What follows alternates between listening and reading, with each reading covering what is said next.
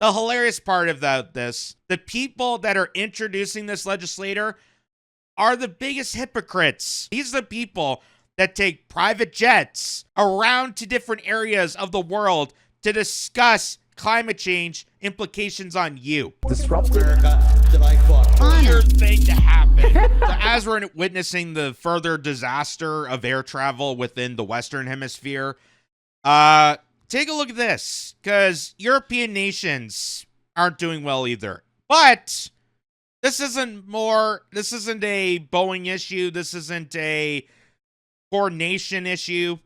This is the government. This is their governments ordering their citizens to reduce air travel. So, according to the Daily Record, we showed the article beforehand, but here's the full length of it.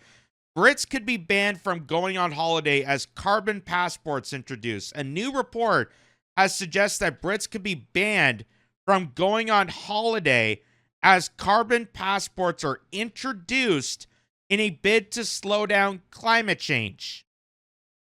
Now, the hilarious part about this, not even going into the article, the hilarious part about this is the people enforcing this legislation, this kind of climate change initiatives, whether you would agree with it or not, the people that are introducing this legislator are the biggest hypocrites when it comes to climate change. These are the people that take private jets all around the world and take many motorcades around to different areas of the world to discuss climate change implications on you. These are the same people that are okay with mowing down the Amazon rainforest to build a superhighway to one building for their next climate conference. So, forgive me when I look at a story like this and I find this absolutely hypocritical and just absolutely stupid beyond belief. Not even regarding whether climate change exists or not. The people implementing this are the most insidious, heinous monsters that are using this as manipulation to control you. And this is one of the many different instances. So, it says carbon passports can be introduced to limit the frequency of foreign holidays for UK residents as part of efforts to combat climate change. Tourism is a significant contributor to climate change, accounting for approximately 1/10 of the greenhouse gas emissions driving the crisis. But they don't talk about blowing up Nord Stream pipeline. They don't talk about the military. They are the biggest polluters on Earth. That the endless warfare that we're contributing is massive amounts of greenhouse gases, massive amounts of chemical emissions going into the atmosphere. They don't talk about that whatsoever. But 1/10 of greenhouse gases coming from passenger aircrafts, that's considered a crisis for them to control you.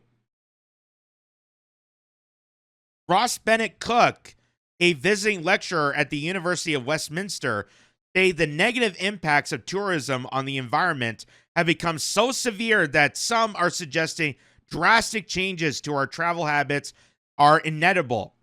In a report from 2023 that analyzed the future of sustainable travel, tour operators Interpret Travel proposed that carbon passports will soon become a reality if the tourism industry hopes to survive.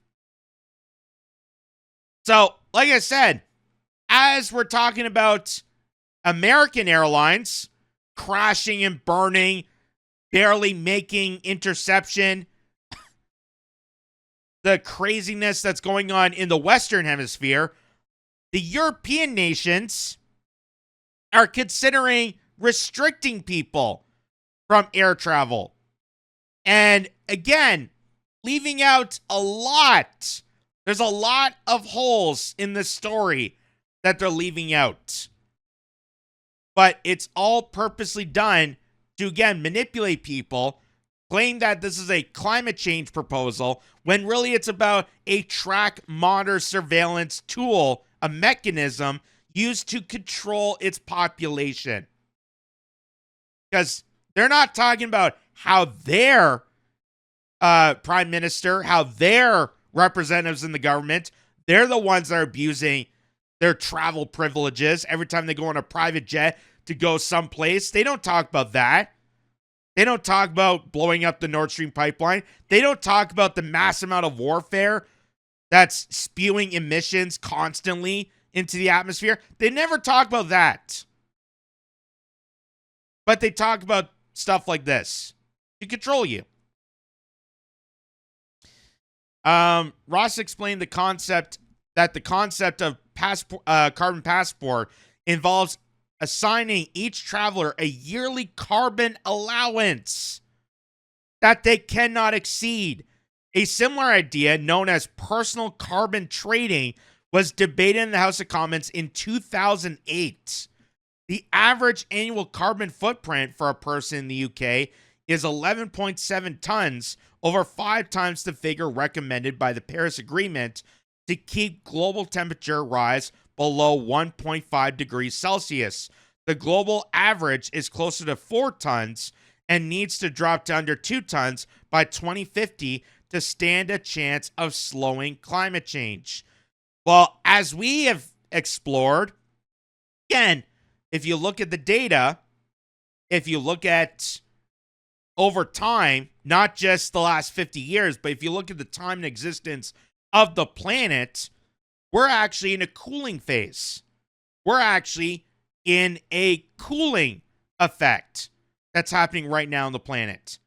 And day by day, I know there's, warm fronts that are happening. I know people are experiencing massive heat waves, but that is not significant to the actual climate. And if you look at the data, not the models that they present to you constantly by Al Gore that are outdated and only show a significant time period, but you look at the overall trajectory of the planet, it's actually in a cooling phase.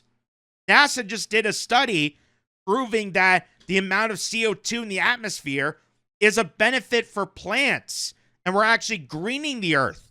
There's more trees, there's more vegetation, there's more plants. And notice, again, the hypocrisy of all this. None of these climate alarmists talk about planting more. They don't talk about planting more trees as they're deliberately axing down the entire rainforest to build a superhighway.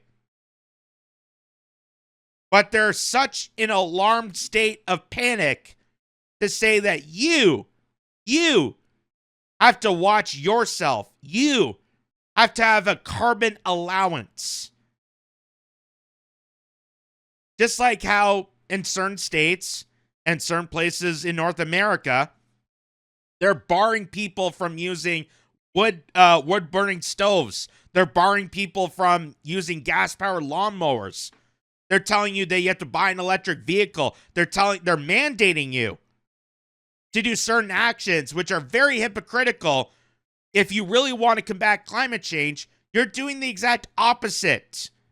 You're doing the exact opposite of what would be actually helpful to the environment, which shows how much of an atrocity this is, how hypocritical this is. And if you look at Michael Moore's documentary that he did recently, which I forget the name of it. It's on the tip of my tongue, but I can't remember it. Michael Moore did a documentary breaking down the scandal of using climate change as this new business proposal to manufacture this alarm state, this paranoia, this manufacturing fear propaganda to bait and control people. I mean, look at here in Canada. Look at the Green Slush Fund. All that money that they calculated through carbon taxes that they keep implementing onto people that is bleeding society dry here in Canada. It's not helping the planet. It's not helping the climate whatsoever. So here is one of the UK representatives, Jim Ferguson. It's a very long tweet, but I'm just going to read a portion of it. It says, in the UK, a chilling trial of carbon credit system has laid bare the future the globalist agenda envisions. A world where your ability to live freely is micromanaged. This system sets a daily carbon allowance for every individual, dictating how much you can purchase, consume, or travel. A daily cap of 20 kilograms of carbon emissions and just 2,600 grams for food has been imposed. So this isn't just air travel anymore. It's about how much food a person is allowed to have. It's just so diabolical. It's so diabolical. Meanwhile, people talk about how the IDF in Israel are starving people in Gaza. Your own government is about to starve people through this initiative. It is insane.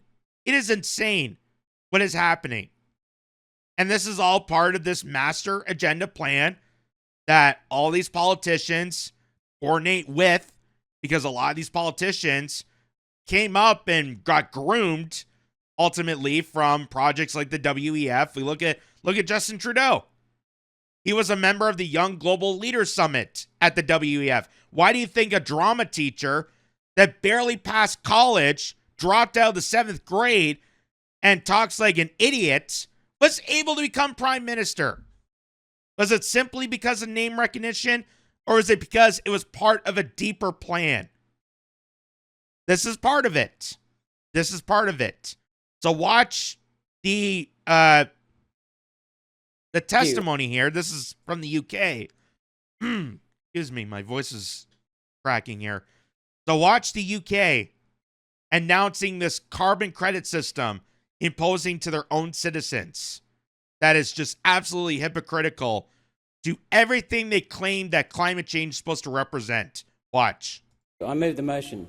The UK has just concluded a trial of a personal carbon dioxide allowance, which, as the name implies, calculates how much carbon dioxide is produced annually in the UK and then divides that per person per day, then works out by how much that figure needs to fall in order to meet net zero goals. We have the white paper in my office that informed the trial. The whole concept of a daily carbon dioxide allowance is now out there for all to see. Conspiracy theory no more. I bloody told you so. To anyone who is advised by data and empirical evidence, not mass formation psychosis, carbon dioxide is the gas of life, necessary for all life on Earth. It's plant food. The more CO2 produced, the more food, plants and trees the Earth is blessed with. The climate change scam is not founded on science, it's founded on feelings. It has become a religion for those who consider themselves above religion, and increasingly amongst those who could do with having some religion in their lives.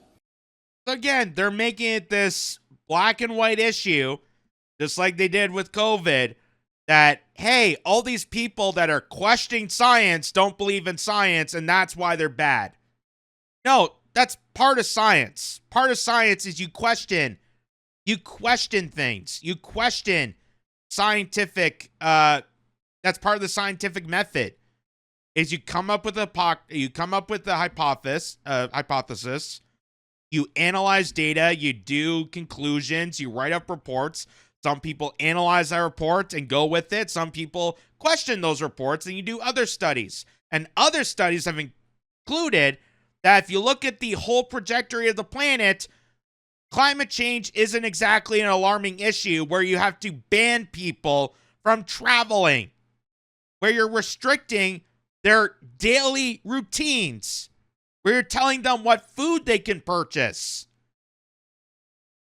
This is just, the alarming part of this isn't climate change. The alarming part is how much your government will exploit this measure to push an authoritarian reign on you, just like they did with COVID, just like they've done with other scenarios.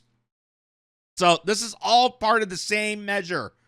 All part of the same measure to implement a strategy to scare you into complicity, into these authoritarian measures where you're tracked, monitored, surveillance, and controlled on what you could do, what you could purchase, where you can go.